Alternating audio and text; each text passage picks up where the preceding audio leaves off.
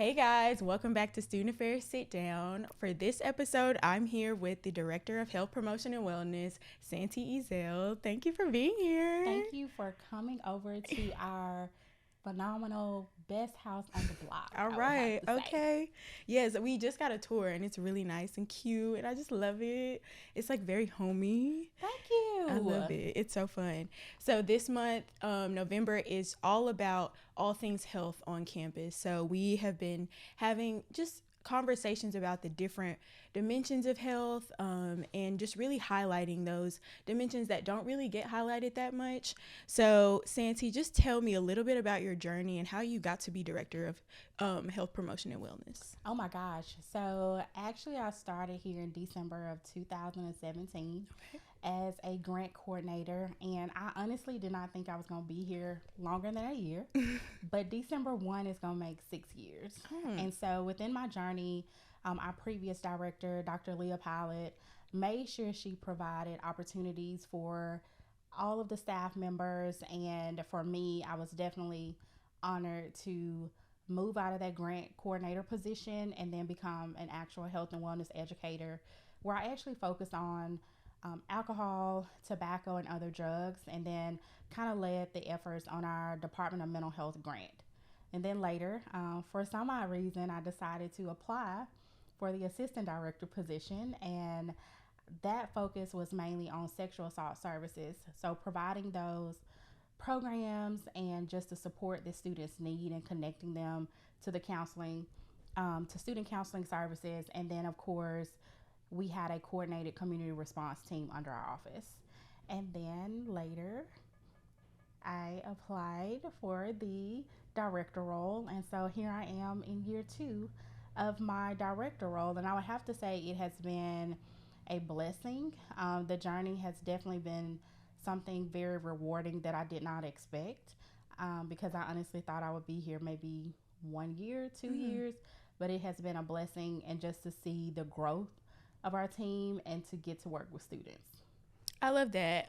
Just tell me a little bit about how or which dimension you feel like is not really highlighted as much just over your time here. What has been kind of like the hardest one to like really drive home to students and even faculty on campus? Absolutely. So COVID definitely amplified a lot. And I think when we hear about the 8 dimensions of wellness, the first 2 dimensions that people focus on are physical health and mental health. Right. But oftentimes we forget about environmental, like how our environment actually plays a role in where we work, live, worship, and play. In addition to that, social well-being. And so sense of belonging and social connectedness has been highlighted, but we don't really grasp that that's a part of your well-being. So social well-being, and then the spiritual piece. Nothing religion based, nothing faith based, but more so of you finding a sense of purpose here. What is your meaning? Going beyond your majoring, saying, okay, what do I actually want to do when I leave here? And how do I feel like I'm giving back? And I think with that social connected piece and sense of belonging, students that are involved find a greater sense of purpose, a greater sense of meaning on what they want to do and how they want to help others. So I would have to say those are the ones that definitely kind of stand out to me. On the other side, there are, other pieces in the dimensions like intellectual, vocational, that focuses on career, but many of and financial. And so we're not really thinking about that until it is that time. So. Yeah, I think the social aspect for me, especially freshman year, like I did not know what I was doing. Like I really didn't come here with a lot of friends, and I know that getting into organizations and kind of like finding a sense of purpose. I remember I was saying, if I don't get this organization, I'm leaving the school. I was like, Mama, please take me home. Right. But I remember getting the organization that I really wanted, and that kind of gave me the inspiration to like keep going. And then once I got into a higher level in the organization, I was like, oh wait, I can like really impact people. Right. And it gave me a sense of purpose and a want to really finish out my college career here, because before that I didn't really know why I was here. I felt like a little lost, and I know a lot of freshmen feel that when they first get here, because when you come here on preview days, like you are getting sort of like just a glimpse Right. of what college is like, and they A choose glimpse. I feel like they always choose like the prettiest days, and like always the days that like there's a lot of school spirit, but you don't really see like, you know, The day to day. the day Yeah. to day, me crying at the Chapel of Memories after I failed my first math exam.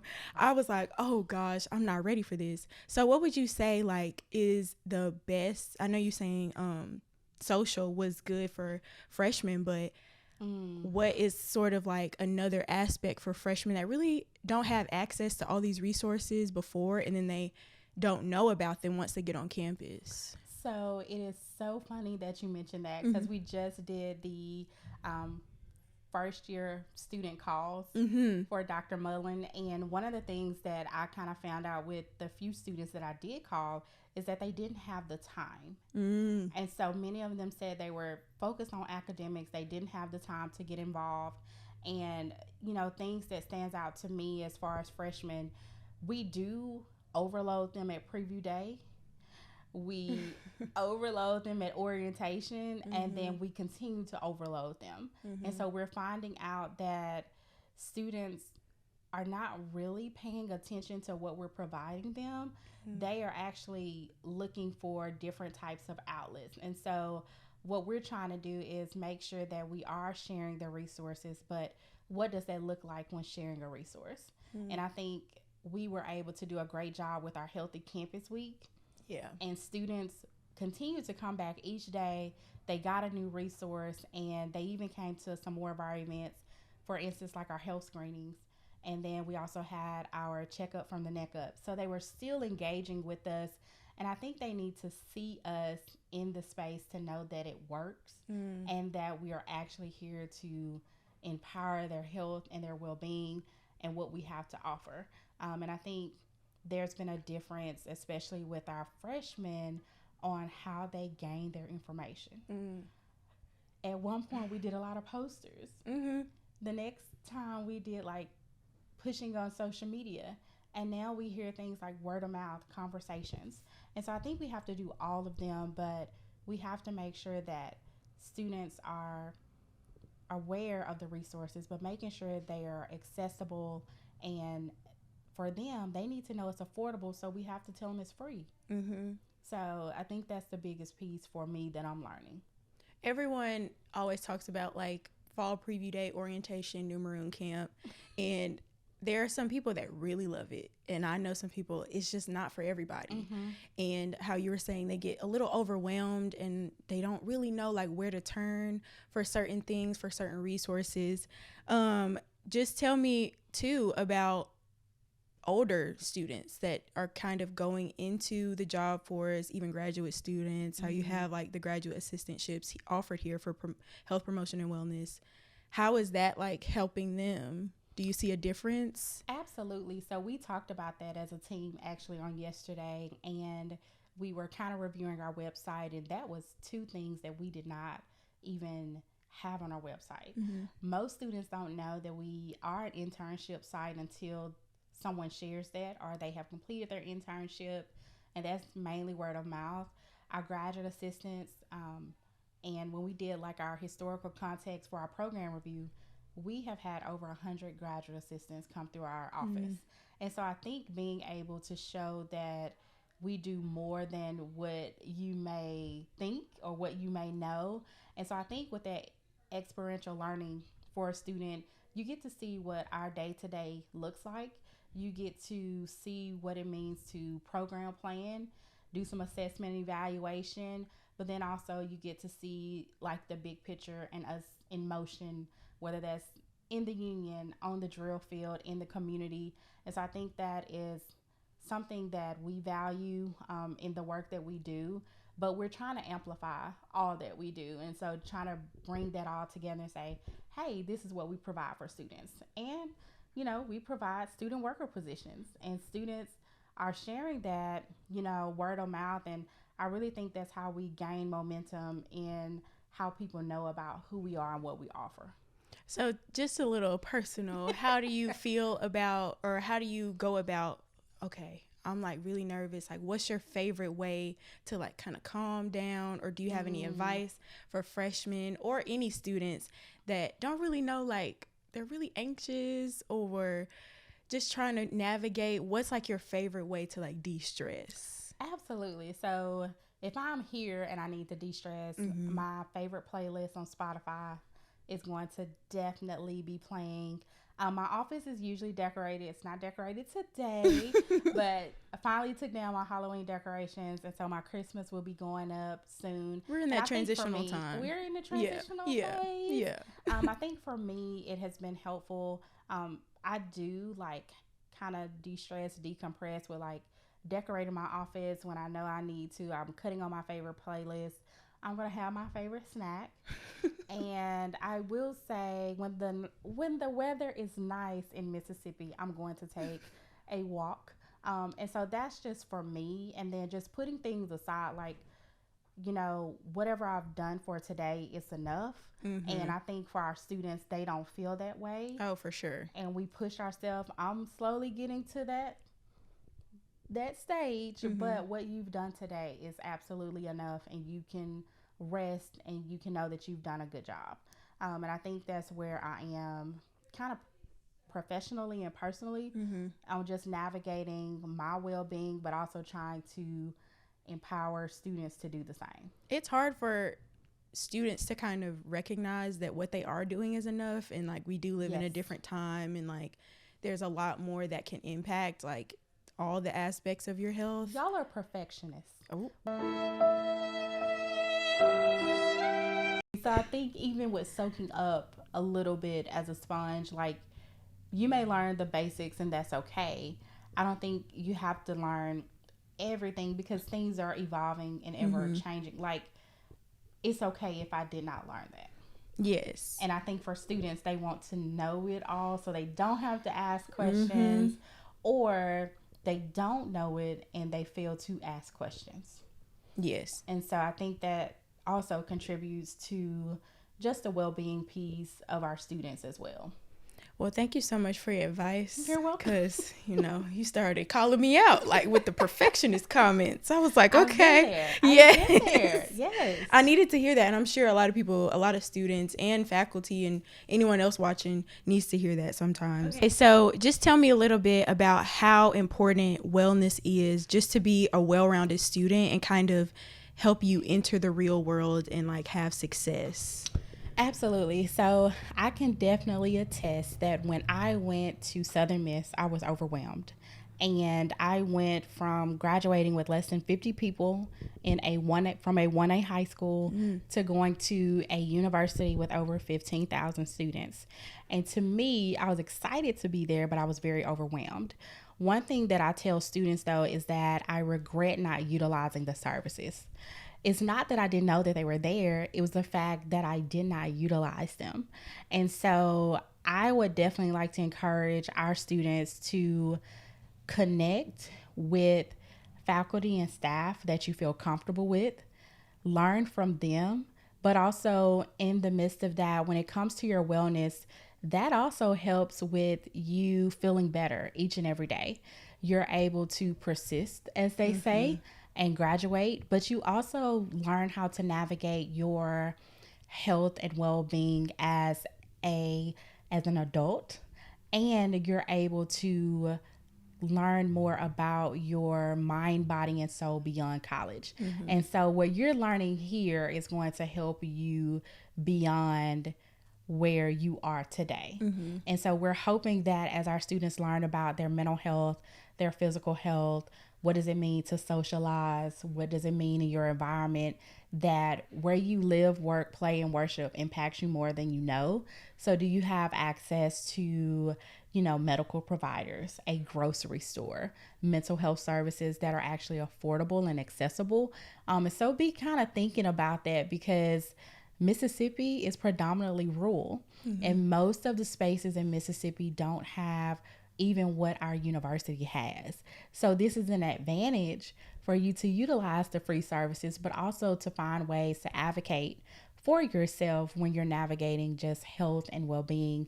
And I think for our students, we don't want you to be overwhelmed with all that we have, but we want you to utilize it when you need it, and that it's always available. And I think when they see all the resources at that moment, they may not need it, but we want them to be able to know that it's there when they need it. So how can we change the narrative on our campus on like, hey, we do have student counseling services. This is what they offer. You may not need this now, but this is how you navigate if you do. So I think that's an important piece for me as a leader in this office and how we do what we do. And we always provide resources, but sometimes students don't feel like they need it right then. So I think that's the biggest piece in how wellness and just well-being plays a role later on in life. Yes. So. The lessons I've learned from just like my years in college, I will take with me to know, okay, I know I can't function without doing this one thing that makes me feel better. Yes. I know I can't function if I don't have a healthy diet, if I don't just try and eat 3 meals a day consistently. Absolutely. And feel good. And not like coffee is not a meal. Like it's not. And you know, not. You can exercise and feel so much better and let out a lot of like anxiety and anger and any like bad feelings you have with exercising and going for a walk and talking to someone. So that kind of sets you up, like you were saying, for success once you leave college, because you know, okay, I need this to be successful in my career and having a family in any step that I have post-college. Right. And I will kind of leave with this. I know that exercise is a word that some people don't like. So we've tried to incorporate, you know, as long as you are getting some movement in throughout the day, it's very important. Did you drink some water? Ooh. You know, how many hours of sleep did you get? And so all of that to say that, yes, I used to fuss and fight about naps growing up, but I love them. I appreciate them now. And for me, it's like, I got to get 8 hours of sleep. Okay, I got to get my meals in. But if you don't get that, as students, you can't beat yourself up. If you got 5 hours of sleep, see if you can get 6 hours of sleep the next day. If you got 6, congratulations. Right. Can you get 6 hours and 30 minutes or 7? And you build upon that. And I would have to say, you know, wellness is a journey. It's not a destination where I say, I'm good, I'm complete. Everything I do is not the healthiest. So there are my unhealthy moments where I have what I really want when I don't need it, like bread and pasta. It's coffee, ice cream. There are moments that I don't get to go work out. Okay, I'm going to go walk. I feel a little bit better. Yes. I didn't get to the gym or do a at-home workout, but I think understanding that it's a journey and it's yours is going to be very important. And you're not in comparison with anybody on social media or around you. It's your journey. Yes, heavy on that. Yes. I love that. We're going to put you in the hot seat a little bit. Okay. We got some fun questions for you. So what is your favorite song to listen to when you're feeling like a little anxious or nervous? What kind of calms you down? So I have a lot of playlists and it just depends, but I keep my Whitney Houston Essential playlist going. Yes. And I will definitely turn on I Want to Dance with Somebody. All right now. So that kind of puts me in the mood, and I'm going to sing as loud as I can and kind of get myself, you know, together. And then there are moments where, like, I'm going to do an instrumental type pop, you know, pop playlist or something like that. That would be very helpful for me. So. Do you have to control yourself to like not sing with the instrumental, or is that just me? Because I feel like I just be doing that. I'm going to sing. I'm going to try to sing as much as I can, but I'm also like in the office, like I can't sing. I want to dance with somebody like really loud, but I'm, you know, I'm jamming to it. So yeah. Yeah. In the shower, my dad is always like, Candice, why are you screaming? Like, who are you screaming? Like, I need everybody to hear me. And I just know I sound just like her. My friend, she always goes, when you turn the volume all the way up, you sound just like them. And that's true. It's true. It's true.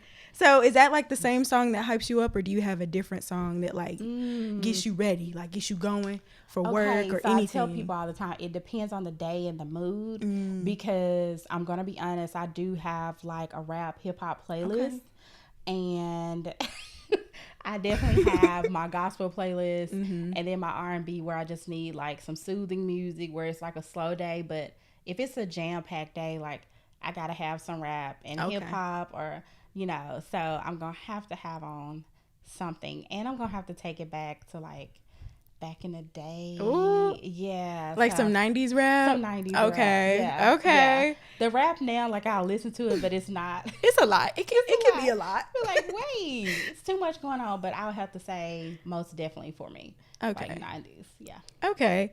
And then last question before we go. Since this is a podcast, what is your favorite snack or item to get from the pod?